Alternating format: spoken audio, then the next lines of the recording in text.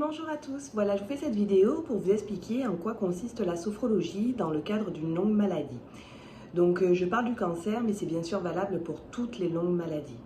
Alors, il faut savoir que la sophrologie est en parallèle d'un traitement médical. On n'arrête pas tout parce qu'on attaque un protocole de sophrologie, que ça soit clair. Alors, en quoi consistent les séances de sophrologie? Déjà, c'est un moment pour vous. C'est un moment que l'on s'accorde pour un petit peu exprimer l'ensemble des émotions. Quand on est diagnostiqué pour le cancer, par exemple, ou pour les suivis médicaux qui sont relativement lourds, les différentes annonces que l'on reçoit, on est submergé par pas mal d'émotions. Ça peut passer de la colère à la tristesse, à la peur, mais aussi par le manque de confiance en soi, d'estime de soi. Voilà, toutes ces émotions, on les exprime à son sophrologue, on pose tout à plat pour que par la suite, il crée un protocole.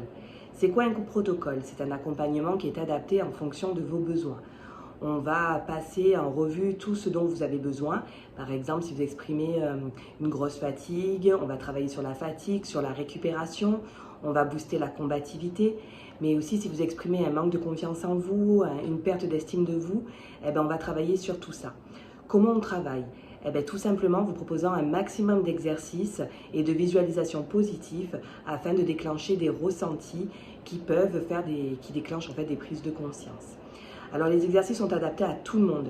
Là aujourd'hui je ne vous proposerai pas d'exercice pour la simple et bonne raison, c'est que j'ai peur que selon l'exercice vous fassiez mal.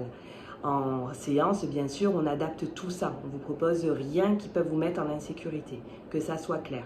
La sophrologie, c'est très positif. Le but, c'est que vous sortiez d'ici en lâchant tout ce qui est négatif et en retrouvant la combativité. Je sais que derrière chaque sourire, chaque combat, il y a de nombreuses émotions. Et le but, c'est de vider un maximum ces émotions pour retrouver tout ce qu'il vous faut pour continuer votre combat. Après, on propose aussi des séances pour les familles. Pourquoi? Parce qu'elles aussi subissent la maladie et souvent elles sont dans le déni. Donc le but c'est pareil, c'est d'exprimer tous les ressentis, toutes les émotions liées à cette maladie et de tout lâcher dans le cabinet. C'est très important.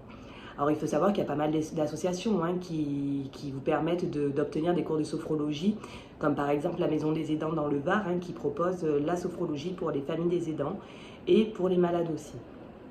Voilà, c'est vrai que je ne peux pas exposer tout ce que je travaille en séance, parce qu'il y a la gestion de la douleur, il y a plein de choses qu'on peut aborder.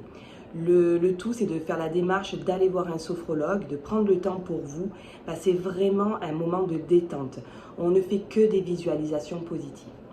Voilà, j'espère que c'est clair pour vous. Il faut savoir que moi, ce thème, c'est un thème qui a déclenché en moi l'envie d'être sophrologue.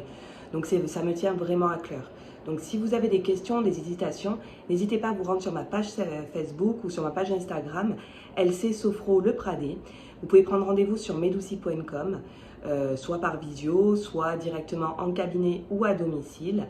Et puis en tout cas, je vous souhaite bonne route et prenez soin de vous. À très bientôt. Merci, au revoir.